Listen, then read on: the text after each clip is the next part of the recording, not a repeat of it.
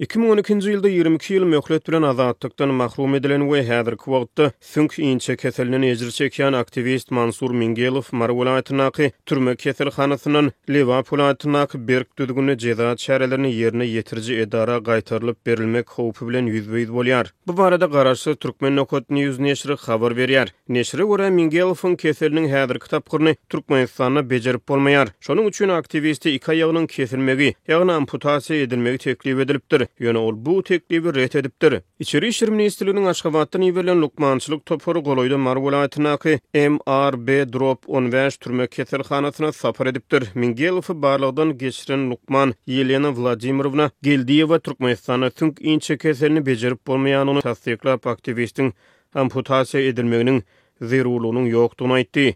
Neşir aktivistin daşary ýurtlarda halas edilmeginiň mümkinligini aýdýar. Lukmançylyk barlyklarynyň netijesini Mingelow özüne türmäniň lukmanlary tarapyndan teklip edilen amputasiýa operasiýasyny ret etdi we häzirki wagtda onu ýygyna Berk düzgünli LBK-11 türmesine gaýtarmaga taýýarlyk görülýär diýip neşir ýazýar.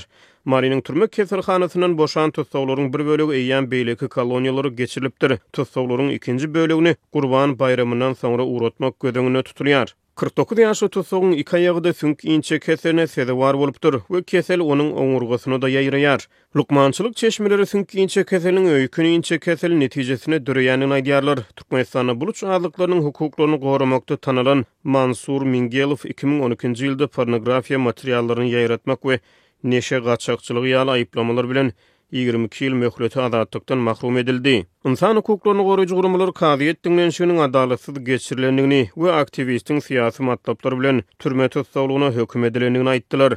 Mingelow ilk başda Owodonepe türmesine saklany, soňra Lewap welaýatynaky Seydi türmesine geçirildi. 2014-nji ýylda aktivist gaýtadan Owodonepe türmesine uradylmak howpy bilen ýüzbeýiz bolanyny aşlyk eglan etdi. 19 gün dowam eden aşlyk onuň Seydi türmesine saklanyp galanmagy bilen netijelendi. Neşri görä aktivist 2018-nji ýylda inçe kesel diagnozy goýuldy. 2021-nji ýylda bolsa ol ayak agrylaryndan ezir çekdi. İnsan hukuklaryny goraýjy halkara guramalar Mansur Mingelowyň türmeden boşadylmagyna bir näçe gedek çagyryş etdiler. Şeýle Birleşen Ştatlaryň Senatynyň daşary gatnaşyklary komitetiniň iki partiýaly 12 agdasy 2020-nji ýylyň tomtunyna Merkezi Aziýa liderlerine iweren hatyna bu sebäpde adalatsy türme tutsaglygyny ýerine ýetirýän adamlaryň şol sanyna Mansur Mingelowyň koronavirus pandemiýasy döwründe insan perwerlik ýöregeleri esasyny azatlygy goýberilmegine çagyryş etdiler. Munyň ýylyň 2021-nji ýylyň oktýabryna Mingelowyň maşgalagdalarynyň häkimetler tarapyndan basyşlara sedewar edilýänligi ma'lum boldy. Türkmen häkimetleri Birleşen Milletler Guramasynyň jynsy kemsitmeleri ýok etmek boýunça komitetiniň 2023-nji ýylyň awgustunda Jenewada geçirilen maslahatyna Mansur Mingelowyň azatlygy goýberilmegine ser etmegi wada berdiler. Ýewropa parlamentiniň 2024-nji ýylyň ýanwaryna Merkezi Aziýa boýunça kabul eden rezolýusiýasy, Ýewropa Birleşiginiň Merkezi Aziýa boýunça strategiýasynyň kesgitlemesi bu sebäpden türmelerine saklanýan syýasy tutsaglaryň şol sany Mansur Mingelowyň azatlygy goýberilmegine çagyryş etdi.